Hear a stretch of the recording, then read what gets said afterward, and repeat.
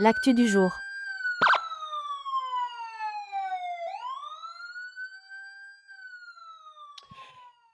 Tiako ampahafantarina ho antsika vahoaka malagasy ary efa fantatritsika fa mila itsika mitolona hatrany ary manohitra ireo tsirariny rehetra.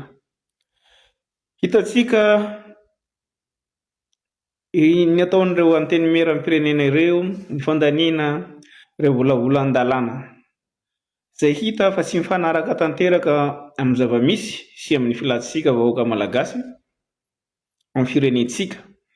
Izy ireo no mandany ny volavola an-dalàna dia isika rehetra na tianareo na tsy tianareo no miara-mizaka ny vokany izay rehetra tapaka izy ireo.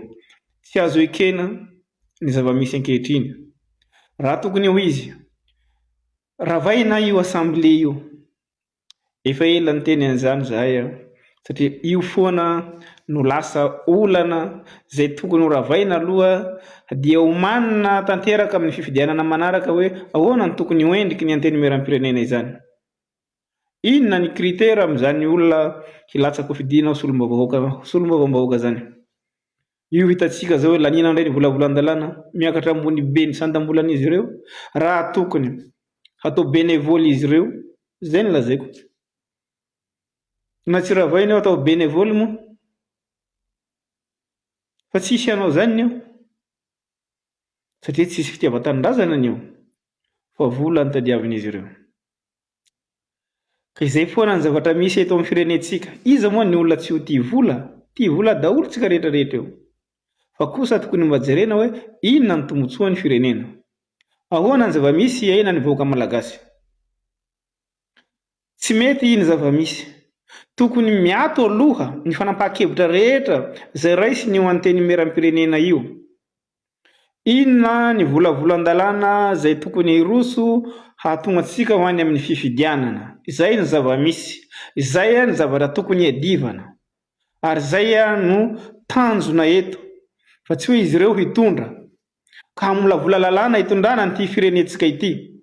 Anjara ny filoha izay lany manaraka eo no mijery ireo solombavambahoaka izay tafapetraka ara-dalàna amin'izany fotoana izany ka handany eo volavola an-dalàna hitondrana ny firenena amin'ny manaraka. Mametraka fanontaniana ho eto. Io volavola an-dalàna laninareo nareo amin'ny anteny meram-pirenena. Io volavola an-dalàna laninareo hoentinareo amin'ny repoblika fahafiry izy io. Ao anatin'ny firy taona no applicable azo ampiharina io volavola an-dalàna izay laninareo. Mba valionareo ao. Tsy fantatro volavola an-dalàna lanina ao anatin'ny 2 volana ve io, 3 volana ve io, sa atao anjambany ohatran'izany ny fitondrana firenena. Tsy mety io. Tsy mety io. Raha tokony ho izy, tokony hanangana ianareo komite anankiray izay mijery ireo zavatra laharam-pahamehana ataoko hoe ao anatin'ny 3 volana arakaraka ny zava-misy eto amin'ny firenentsika na mandrapahatonga ny volana desambra. Izay tena presizeo tsara hoe ty volavola an-dalàna ity azo ampiharina amin'izao hatramin'izao. Fa tsy mety io. Izany anie ny olana eto amintsika. Tonga indray ny filoham-pirenena manaraka afaka fotoana fohy dia manangana ndraiky mandeha ianareo zao indray lalàna satria izany ny député ara-dalàna izay mipetraka any amin'ny repoblika manaraka eo dia inona ary volavola an-dalàna laninareo andaniana vola be io. Io anie tsy volanareo. Volan'ny vahoaka malagasy. Nefa ny firenena jerevonareo reraka. Ianareo izay neretseretina hampita n'ity firenena ity hahatonga antsika hiatrika fifidianana ara-dalàna. Izao ny zava-misy. Miteny moa ny eto fa tsy misy mifampihaino satria ny mahamaika efa niteny an'izany aho raha voatsangatanana dia malaky daholo ny rehetra. Ary izay ihany mahatonga antsika mena ao anatin'ny fahantrana satria vitsy ireo manohitra, vitsy ireo manana sosokevitra, atsangatanana daholo ny atao dia samy miady ny rehetra hoe izao ny ataonay, izao ny ataonay. Alefaso nareo mitsangatanana alohan'ny vahoaka malagasy indray ny trosa ao anatiny 20 taona 30 taona manaraka amin'ny fandaniam-bola zay hita fa mandeha amin'ny araka ny tsy tokony ho izy. Ary ny zavatra misy fandaniam-bola be dia mahamaika tokoa satria miditra am-poso. Tsy izany no atao hoe fitiavan-tanindrazana, tsy izany no atao hoe fitondrana an'ity firenentsika ty fa ity firenentsika ty ny vizana. Vizana satria miankina aminareo no mahavizana azy. Inona moa hoe ny tombotsoan'ny vahoaka malagasy? Inona moa ny zavatra miantraika amin'ny vahoaka malagasy ka nandraisanareo volavolan-dalàna maika? Vola holan'inareo, volan'iny ministera. Nga moa izany no natao? Ny natao dia inona ny fomba hahatongavantsika amin'ny fifidianana haingana? Izay ny tokony hataonareo. Ianao tanteraka ifandaniam-bola zay tsy ahitana vokany io. Nareo no mahazo tombotsoa aminy. Fa ny firenena tsy hitako ny tombotsoa azo ny firenena. Izay nisy hatramin'izay raha tena lehilahy ianareo ka mieritreritra tsara ny fahapoteana nisy teto amin'ny firenena ity. Sokafy ny fanadiadiana. Manaova enquête parlementaire nareo. Iza no naka le vola décontonera avy tany Tamatavy tamin'ny 2013. Nisy vola décontonera avy any Tamatavy. Nanjavona io vola io. Nisy escorte io vola io avy any amin'ny camion anankiroa. Fa nankaiza ireny vola ireny? Tsy tonga tany amin'ny banque centrale io vola io. Nanjavona dia nanjavona nankaiza? Hatreto tsy hisy tohiny io. Zany ny zavatra tokony anokafanareo enquête maika hoe aiza fa tonga ny fotoana mba tsy ataon'ny manaraka fahazarana indray le zavatra ohatra ndreny fa andefa nampakevitra zahay. Asehoinareo iza naka le vola décontonera avy any Tamatavy tsy tonga ao banque centrale. Ary fotoana fohy taorian'izay maty ny gouverneuran'ny banque centrale moa zay niterena anao signature moa fa tsy nanaiky izy tamin'izany satria le vola tsy miditra tao. Zany ny zavatra misy eto amin'ny firenentsika. Tao moa misy ireo mpanao gazety zay nafanafana fo tamin'izany amoaka vaovao, tsy haiko indroana ny telo ihany dia hatreo indapahina ndraitrarehetra dia sans suite tsisy tohiny intsony iny. Zany ny volantsika vahoaka malagasy, volana dala-tompo. Tsy haiko na mahatadidy an'izany ianareo mpanao politika fa nankaiza le vola décontonera avy any Tamatavy tamin'ny 2013 zay lazaina fa nanjavona tsy hita nankaiza. Manova tatitra na ny gouverneur zay vaovao misolo ao tsy misy tahotra zany raha tena tia firenena ianareo. Ny filohan'ny firenena, ny filohan'ny fanavaozana zay misy amin'izao. Nankaiza ho ahy manokana ametraka fitoriana fantatro fa tsisy dikany zany ary hiomezan'olona, hiomehany zany ianareo olona adala fa ataoko zany ametraka fitoriana ho any amin'ny paky. Tsy haiko hijery an'izany izy ireo ampanokatra enquête sa tsy ampanokatra. Fa angataka ao mba hisy ny fanadiadiana mikasika ny vola décontonera volan'ny malagasy io gasy aho. Izay ny antony. Tsika mba mila zavatra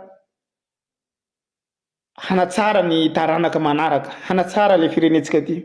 Zavatra ohatran'izao ny tsy anasen'olo dikany antsika. Satria moa zay eo dia manao saim-pantany zay tokony hanarina ndraiky mandeha teoriana mbola te hakataratra ny teo taloha ihany hoe eny teo taloha nanao an'izao dia zaho koa mba manao ampy izay. Ampy izay. Hoy aho fa io miankina aminareo.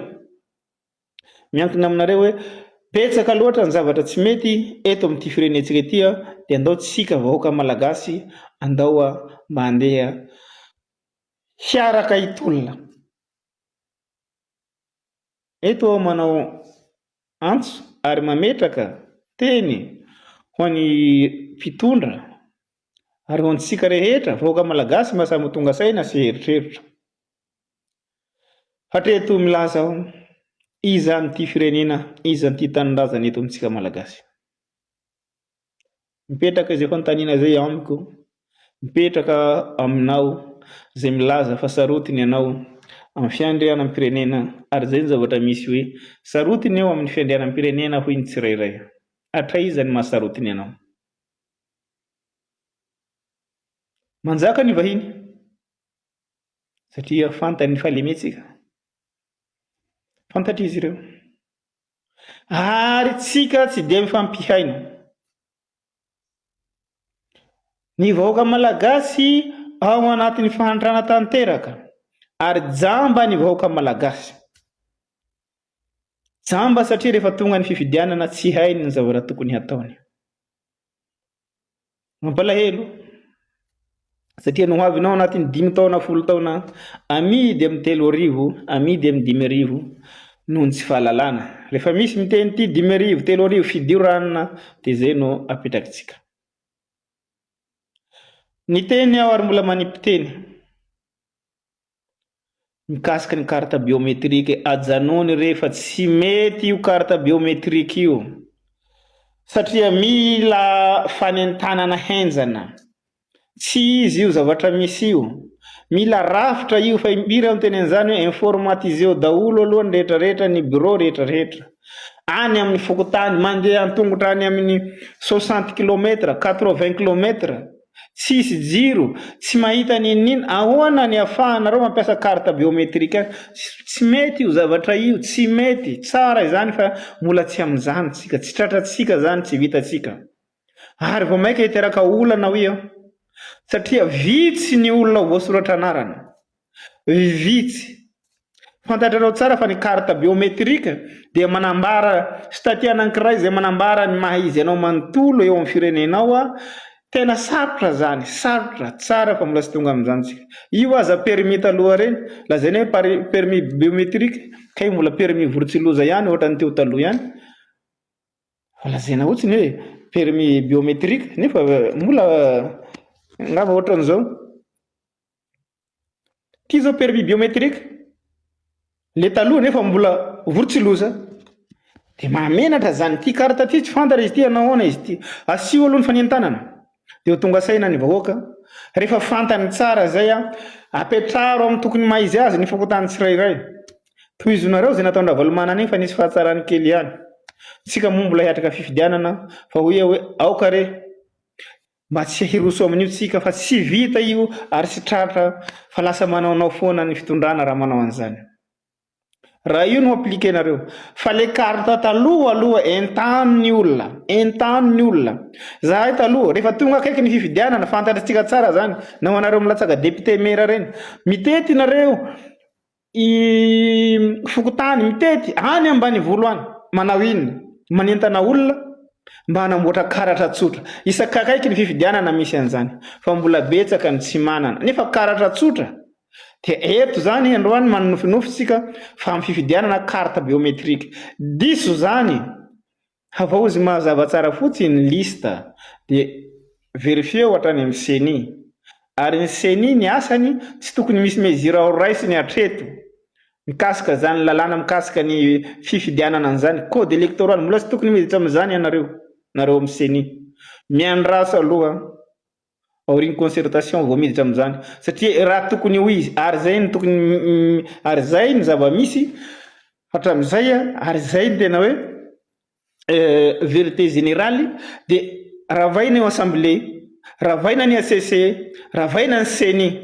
Na tiana na tsy tiana tsy maintsy zay no ahafahantsika mitondra nyity firenetsika ety dia mametraka olona gouvernemanta voavolavola hitondratsika mankany amin'ny fifidianana.